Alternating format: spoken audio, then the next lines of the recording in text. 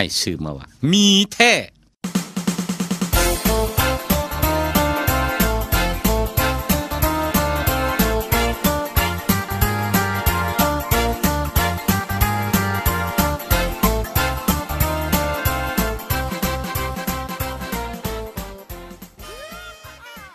เมื่อใดเมื่อดี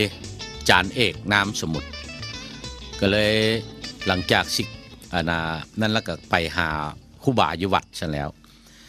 จานเอกนี่บ่ได้บวชดอกเขา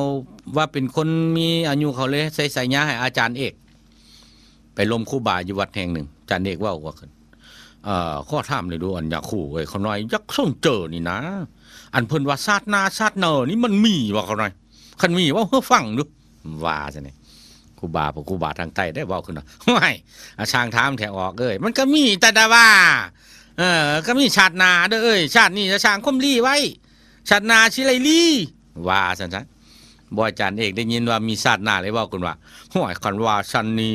ขอยืมเงินจาก2 ล้านนี่แม่เขาหน่อยชาติหน้าสิใช้5 ล้าน